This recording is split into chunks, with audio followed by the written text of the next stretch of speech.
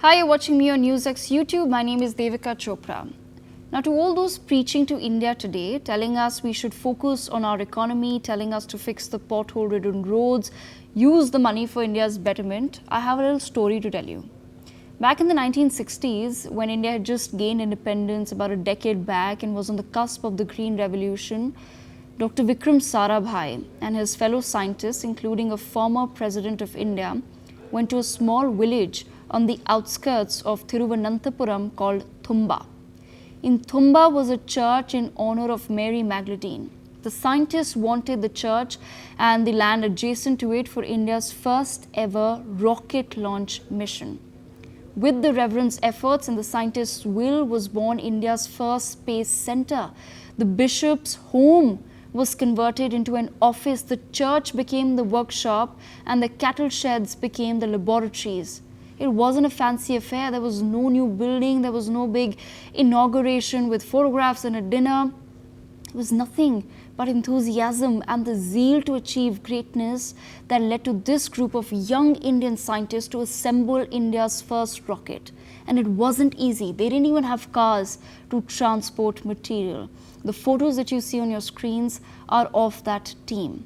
The rocket parts and payloads were transported on bullock carts and bicycles to the launch pad. It was in this sort of a setting when India launched its first ever rocket, a Nike Apache supplied by NASA.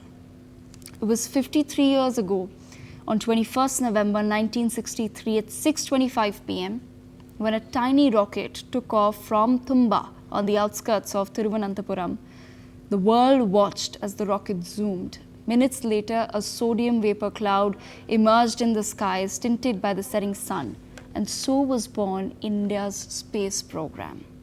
So this tiny little village soon became the Thumba Equatorial Rocket Launch Station and also the home to Vikram Sarabhai Space Station.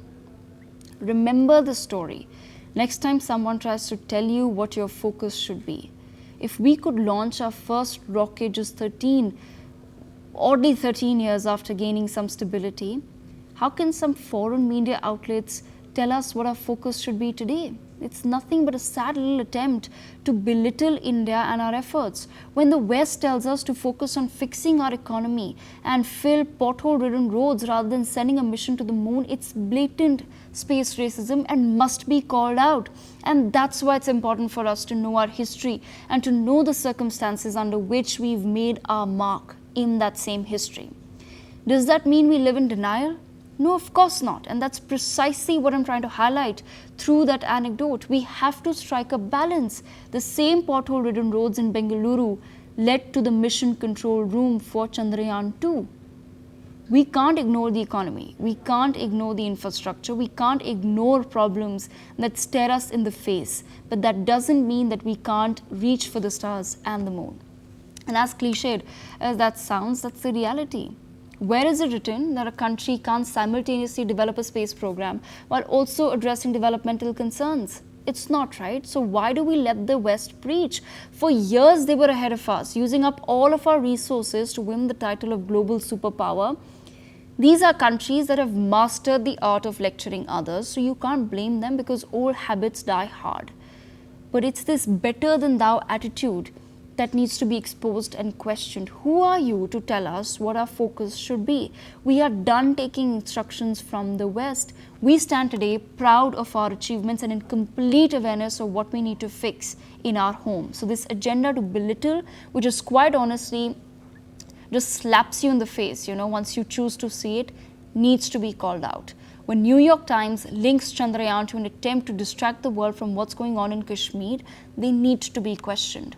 Their space racism stems from their continuing belief in the white man's burden, from the belief that it's upon them to deliver civilization to the non-white developing nations, from the belief that they know better.